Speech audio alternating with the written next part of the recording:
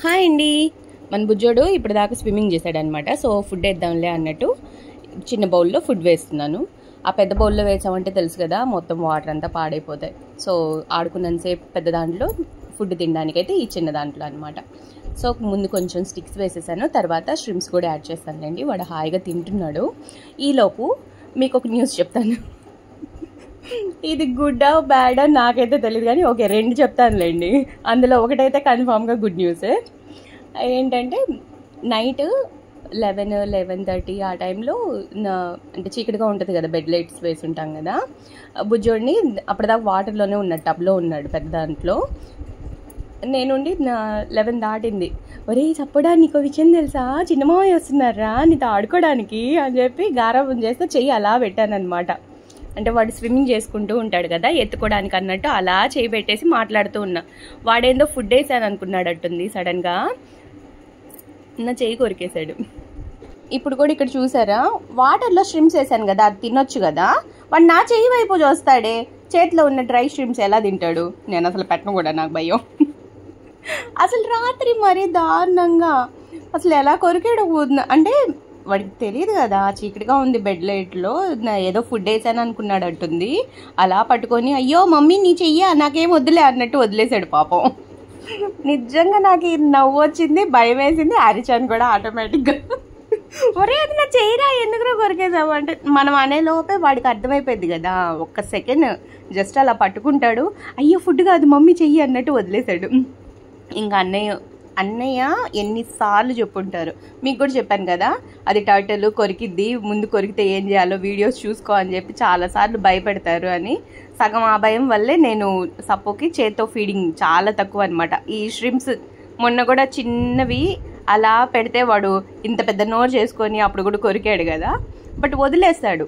అలాగే అంటే నార్మల్గా మనం షార్ట్స్ చూసే దాంట్లో అగ్రెసివ్నెస్ ఉంటుంది, ఇది పెట్టవటల్ కదా. సో బై మిస్టేక్ తగలాల్సిందే కానీ వాడు కావాలని బైట్ చేయడు పాపం. అలా అనుకుంటే రోజుకి ఎన్ని ముద్దులు పెడతాం వాడికి. ఏమన్నా ఒక్కసారన్నా విసుక్కుంటాడా, ఇంకా పెట్టు మమ్మీ అని చెప్పి, అంటే వాడికి బుగ్గ వైపు పెడతామని చెప్పి ఇటు అటు కాసేపు మొహం ఇటు పెడతాడు, ఇటు పెట్టుకో అని, మళ్ళీ ఇటు తిప్పుతాడు, ఇటు పెట్టులే మమ్మీ అని.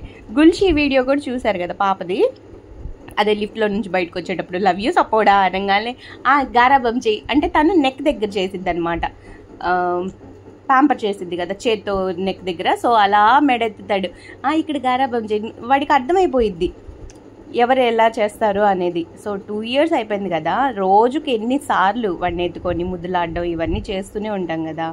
అమ్మ ముద్దు చేసేది వేరుగా ఉంటుంది. సో మనం వాటిని అర్థం చేసుకోవడం లేట్ అవుతుందేమో కానీ పెట్స్ మనల్ని చాలా తొందరగా అర్థం చేసుకుంటాయి, ఎవరు ఎలా బిహేవ్ చేస్తారు అనేది ఈజీగా అర్థం చేసుకుంటాయి అన్నమాట. మనకే రాదు వాళ్ళ లాంగ్వేజ్. నాకు ఇలాగే అనిపించింది, మనకే అర్థం కావట్లేదు, బట్ అవి మన ఫీలింగ్స్, మన ఎమోషన్స్, మనం కోపంగా ఉన్నామా, ప్రేమ చూపిస్తున్నామా, ఏడుస్తున్నామా అన్నీ చాలా తొందరగా క్యాచ్ చేసుకుంటే దానికి తగ్గట్టు కూడా బిహేవ్ చేస్తాయి అన్నమాట. మనం కొంచెం డల్గా ఉన్నా అసలు ఎంత కామ్గా అలా చూస్తూ ఉంటాడు, ఎందుకు మమ్మీ అలా ఉన్నావు, నేనున్నానుగా, నేను చూసుకుంటానులే అన్నట్టు కామ్గా చూస్తాడు పాపం. ఓకే, అసలు గుడ్ న్యూస్ చెప్పలేదు కదా. అన్నయ్య మొన్న లాస్ట్ అదే 1 week అయిందా 10 days అయిందా, ఊరు వెళ్ళేటప్పుడు బ్యాగ్ మీద నుంచి దిగలేదు కదా, మావయ్య నేను వస్తాను నీతో పాటు అన్నట్టు. నార్మల్గా అయితే పండగ ఇంకా 3-4 days ఉంది కదా, బట్ వచ్చేసారు నైట్. సప్పుని మిస్ అవుతున్నావా అని చెప్పి ఏం ఆడుకున్నానో నేను. ఎప్పుడు మేము అడగాలి, ఎప్పుడు వస్తావు, పండగ వస్తుంది ఎప్పుడు వస్తావు అని చెప్పి, తొందరగా రా అని చెప్పి అడుగుతూ ఉంటాం. అందరికన్నా లాస్ట్ వస్తారు తను, పండగ ముందు రోజు హాలిడేస్ లేవు అన్నట్టు. బట్ ఈసారి మన సప్పు అసలు వదలలేదు కదా, నేను వస్తా మావయ్య నీతో అన్నట్టు. అంటే ఇంట్లో పిల్లలుంటే ఇలా ఉంటుందా అనిపించింది నాకు. నా సప్పు కోసం వచ్చావు కదా, నిజం చెప్పు అని చెప్పి గోల్ చేసి పెట్టాను నేను. సప్పు కోసమే లీవ్ పెట్టుకున్నావు కదా, మేము పిలిస్తే రావు కానీ సప్పు నిన్ను వదలపెట్టలేదని చెప్పి వచ్చేసావా అన్నట్టు ఆడుకున్నాం కాసేపు. సప్పు కూడా నైట్ ఫుల్ ఎంటర్టైన్మెంట్ అనమాట. వాళ్ళ మామయ్య అన్నం తినేసేపు పక్కనే కూర్చొని చూస్తూ ఉన్నాడు. ఇంక ఉదయం నుంచి కూడా మాట్లాడుకుంటూ ఉన్నారు వాళ్ళిద్దరూ.